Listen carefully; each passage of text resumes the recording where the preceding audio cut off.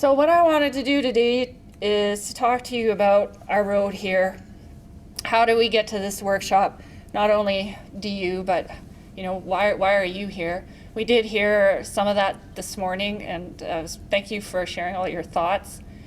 And then I want to talk about the goals for the workshop today, and maybe predict a little bit of a path forward, which is what we asked you to do a little bit in that BMP 2020. So Kevin talked a little bit about this, but I thought it was good just to reintroduce this idea. Is from a DU Boreal perspective, we're interested, of course, in waterfowl. That's our currency. But we really strongly feel in the Boreal, maintaining waterfowl populations is closely linked to maintaining their habitat, maybe not a surprise. From our perspective, maintaining waterfowl habitat is about protecting areas, but also about sustainable land use. Now, why are we promoting sustainable land use for DU? Well, waterfowl are actually, they occur in high numbers in the Boreal, but they occur in low densities. So we know that there's not enough area that we can protect to actually maintain waterfowl populations. So we know that we have to work together to do sustainable land use. And also, we're well aware of the economic realities of the Boreal forest, which perhaps makes DU a little bit different than other conservation organizations out there, and we're very supportive of that working forest, and we're supported by and supportive of all of you here at the tables. So from our perspective, a big portion of land use, sustainable land use, are best management practices. So I was a little bit presumptuous, I guess, in trying to think about why are you interested in BMPs, and we did talk a little bit about that earlier, and I think some of what I heard from you was reflective in my slide here, and maybe I'm wrong a little bit, but feel free to correct me after, not during the call, but after would be great. I think we know that there's environmental benefits for implementing BMPs. That's hence the names, best management practices, right? So it's about reducing potential impacts. There's also should be obvious compliance benefits, perhaps not always, but there should be. They should help you meet your regulatory requirements. Also, there is that bit of the social license, and I think that's something that forestry people are well aware of having to follow forest certification practices, that best management practices are really a big part of meeting those certification standards, and part of that then is that ability to gain social license, which perhaps other industries haven't got there yet, but I think implementing best management practices are a way to help get you into that social license stage and opening up market access. And sometimes there are cost benefits savings for having BMPs. I heard at the table, well, sometimes it costs a lot, but sometimes it may cost a lot in the initial part, so it may cost more to construct. But over time, you're going to reduce your maintenance costs. So possibly, right? So there could be cost saving times in terms of construction for maintenance, and really, ultimately, there should be for restoration. So if you're doing things better at the beginning, you should have not to spend all that money at the end. That really should be the goal, I think. So I heard that earlier, that I heard we should be doing more reclamation. I think that wasn't what I heard. Maybe what we should be doing is less, but the stuff that we're doing should be getting done. I think that's what I heard. So our program was really developed to help industries growing efforts to implement practices that support responsible management of wetlands, waterfowl, and waterfowl habitat. For us, it's really about meeting all of our objectives. So you heard about DU's objectives. You all have objectives, and we honestly think that we can work together to meet objectives. We don't think that our objectives are different. We think we have more in common than we do differences. So from our perspective, best management practices are industrial practices for working in or near wetlands and waterfowl habitat that maintain wetland abundance and quality, maintain the natural hydrology of the landscape, and reduce potential impact. That's the definition that we're working on. So when we say best management practices, at DU, this is our definition we're using. So our goals, there's a lot of verbiage here, but really I think Our biggest goal is to work collectively with people to identify and promote the use of best management practices.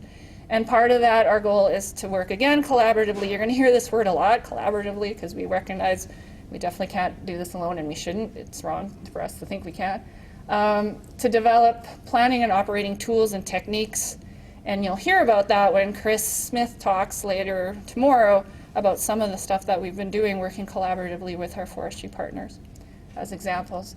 And then we want to be able to provide our partners with access to practices that we've looked at and can recommend to you, so that you have some confidence in what you're doing out there is going to make a difference, and confidence that you're getting this information by an organization that's been in operation for 77 years and is well respected in terms of a conservation organization. DU, I don't think Kevin mentioned, is one of the most respected conservation organizations in Canada. And I'm not just saying it because I work for them, but here is the truth. So our focus of our program is first identifying industrial activities that may have an impact. And again, we put may because sometimes we don't know. And I think I heard that a lot, is there is a lot of gaps out there. And so we're looking at things that may have an impact. We're focused primarily on planning and operational activities because we think, you know, to maintain things, we need to focus on that planning and operational stage. So again, we can reduce the amount of fixing that we have to do in the future. And the focus, I think we're all aware that the focus in the past has been, let's fix it, let's break it, and then let's think about how to fix it. Well, like Kevin said, we have this opportunity in the Boreal where things are relatively pristine compared to, if you think of a prairie landscape, so why not take the initiative and, you know, keep it, maintain it, and so we don't have to fix it in the end. We want to evaluate practices and integrate our knowledge, our collective knowledge, not just DUs, but our collective knowledge about wetlands and waterfowl into practices to, you know, make them better, to support their use and make them better. And then we want to be able to promote the use of BMPs. That's why we're here today. That's why we're giving this workshop in part. So we are currently exploring opportunities and creating tools. We're trying to learn more about industries. We have some good relationships with the forestry industry. We're trying to learn more about other industries and see, you know, what's actually going on in the landscape. And then we want, like I said, to integrate our information that we have. So for example, we have information about timing windows, densities, and locations of waterfowl, density locations. And we're getting more information about wetlands as well. So as we get more information, we want to be able to integrate this information into practices. Some of the things we've been doing is working with industry. We are working with FP Innovations. You're going to hear a little bit about that. We have a couple of people from FP Innovations here today, so that's great. We've been doing some stuff with forestry certifications. Our president sits on the board of SFI, which is a forestry certification program. We've done some work with Yukon Placer Mining Association. We have a gentleman here, which is awesome. And we do have good working relationships with a number of forest companies, many of which are in the room here today supporting us. And you'll hear from Paul LeBlanc tomorrow from Louisiana Pacific, and we're really excited for him to be here. And we've been also working with the government, providing them with advice, sometimes upon request, and sometimes we say, here's our advice, take it. So take it or leave it. So when I first started, like I think Jewel said, I came from Environment Canada, totally different place than Ducks Unlimited.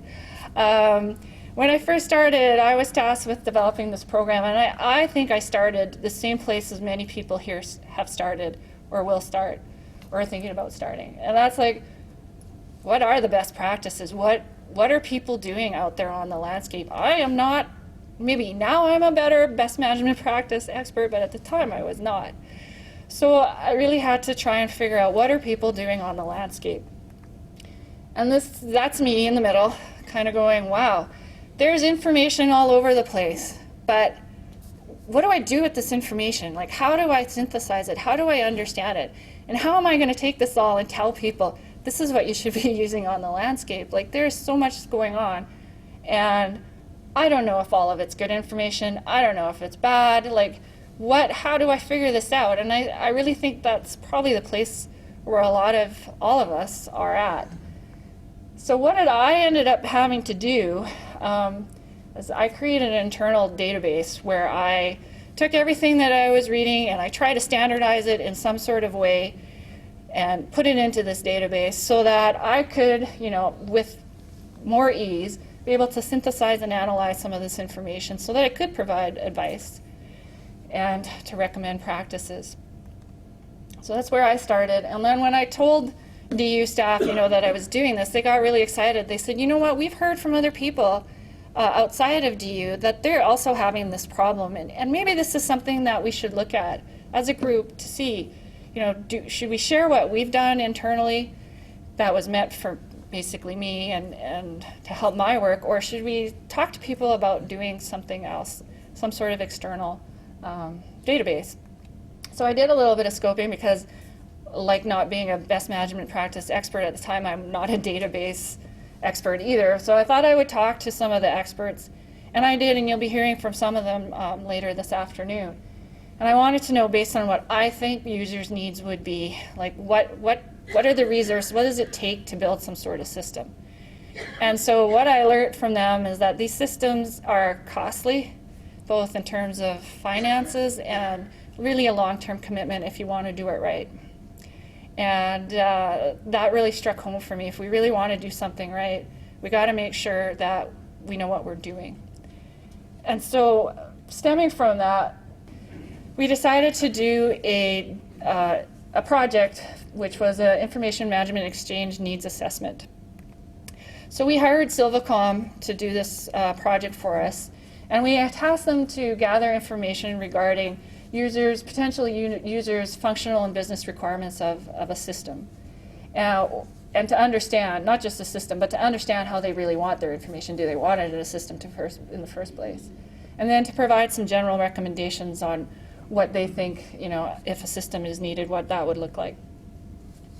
So Silvacom interviewed and surveyed a bunch of people, some of which are in this room today. And then they produced a summary of findings. So I just thought I'd share some of these with them because they were interesting to me and brought us to where we are today. So they found that both industry and government are really keen to support BMP development and implementation, but some companies lack the access, just like I did, of trying to evaluate and figure out how to adopt these things. And that locating and accessing and filtering all this information was problematic. So they also found that everybody thought BMP development should be collaborative, which was like a really good approach, I thought, and that stakeholders want to have a science-based BMP, but they want that in plain language. That's really important, plain language, so that they can take it and give it to their operational staff. I thought that's an extremely important point. And then they wanted information delivered to them in a number of ways, through written reports, which we are doing, through some sort of database, and through workshops, seminars, and webinars. And actually workshops and seminars and webinars were one of the things that people really thought were most important from a knowledge exchange point of view. So hence why this workshop has come about and why this is a 2-day workshop where we're talking about information exchange in the broader sense and then doing some information exchange in the more detail. So many people felt that a central repository for information was needed, and Silvacom recommended quite a comprehensive system that would function in real time, be interactive, be a web-based system, and have a searchable database with source BMPs in it. So here's what we learned. We learned that there is a need, some sort of need, but I was trying to think of a nice way of saying this yesterday. But the system that Silvacom reported was very comprehensive and very resource intense, let's say. It would take a lot to do the system that they wanted us to implement. And before we committed to going down this road or committing other people's money to doing this, we thought, let's make sure we actually know what people want. Let's not head down this road thinking we know what they want. Let's make sure we know what they want. And so this was why, why we're having this workshop today. We really want to get an idea of what people want and need, as opposed to what we think they want and need. And so you've all seen this if you've got the invitation, what the purpose is. So we want to get feedback from you, and I'll talk a little bit about how we want to do that. And then, of course, we want to promote and share BMPs. That's one of our goals as a program. And our focus is on the Boreal system. That's our program, but there's nothing saying that what we learned today can't be applied to prairie parkland or vice versa, right? So we're here to focus on boreal wetlands, but the knowledge is transferable, should be. So again, what we're really hoping for is to bring people together to learn from each other, but by doing so, in the end, we want to have an innovative information management approach to support some innovative wetland conservation.